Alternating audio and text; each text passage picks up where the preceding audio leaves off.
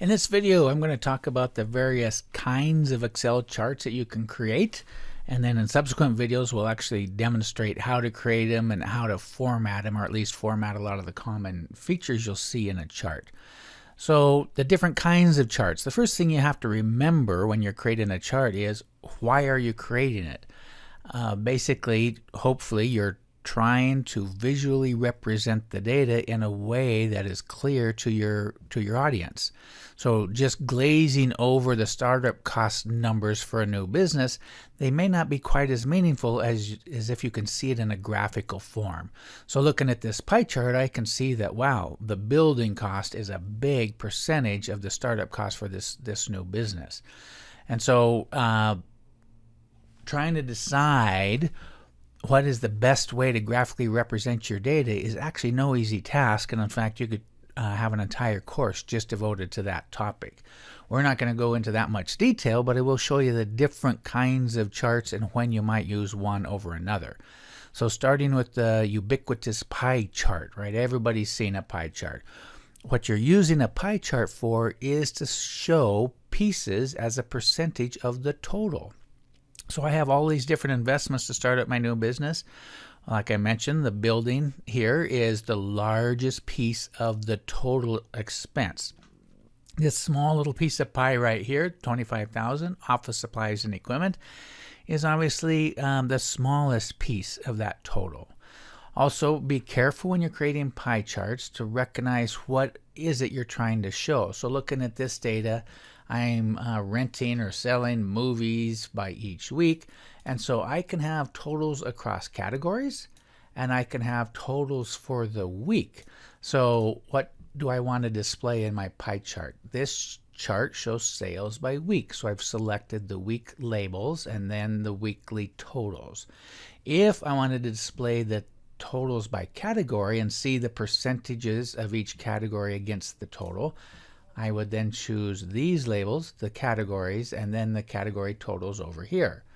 So this sales by category pie chart is starting to get a little bit ridiculous, right? How many different categories I'm displaying.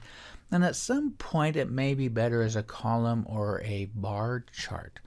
So that's what a pie chart is for. Percentage of the total, right? Each slice is a percentage of the whole. Let's run over to column or bar. So I mentioned the two. Column are when the bars, or I guess bars, run vertically, and a bar chart is when they run horizontally. Now, when do I use it? Very often they're used for a situation like this where I have what we call cross-tabulated data.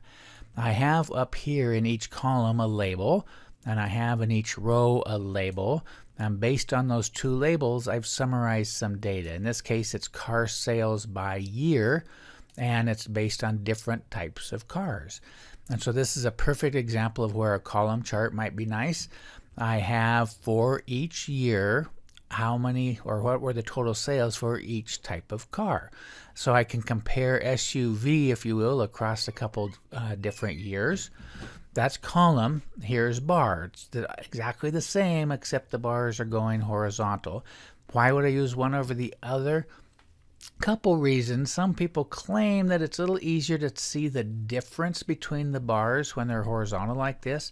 So the purple compact hybrid, I can recognize the huge difference between 9 and 8, maybe a little easier when they're this way versus when they're vertical. I don't know.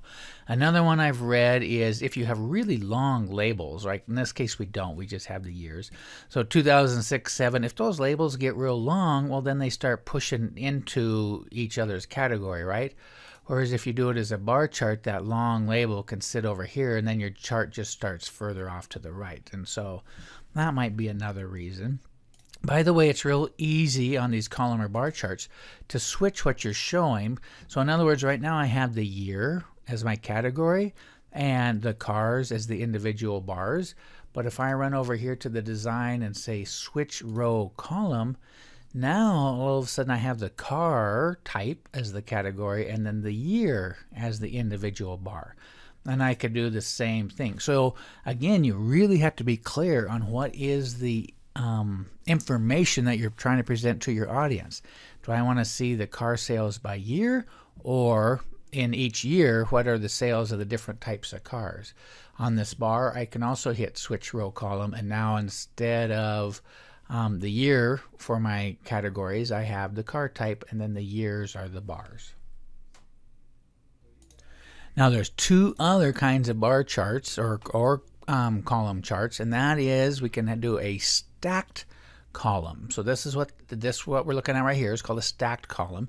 And now you can see the difference is I can compare the sales by year. So actually they're fairly flat in this example, but 2006 obviously sold fewer in total than 2009, which is a little above the 50,000, right? And then I can see the percentage of total, if you will, of each type of car within the year. Now, I've read some people don't like these charts as well, because if I were trying to compare the compact car between years, it's a little hard to tell the difference in size when they're stacked like that versus a regular column. It may be a little bit easier, or a regular bar. So I guess it depends on the point you're trying to make. Is it more important that I show how the total sales for the year, or am I trying to compare individual models across years? If that's the case, this may not be your best chart. The other kind of stacked chart is the 100% stacked chart. So notice every bar is exactly the same, and your data here is in percentages versus actual sales values over on this stacked chart.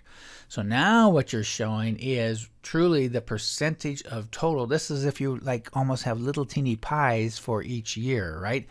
And I'm showing the percentage of the total of each car type in that year. So for instance, in 2006, compact hybrids were just a small percentage of the total sales, but in 2009, they were a large percentage of the total sales. So it looks like almost 40%, where here you're probably around 5%. Obviously, a line chart, real quick, is typically used to show trends over time.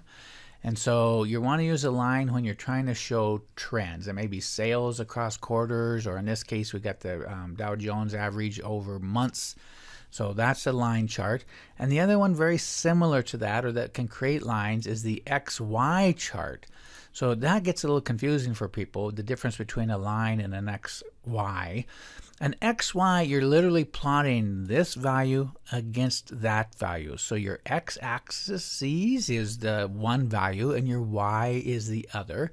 And so if I'm plotting 20-year-olds miss 2 days, 24 is 1 is this dot, 30 or 28 is 3 is this dot. So I'm plotting each against the other. All right, that's an XY chart.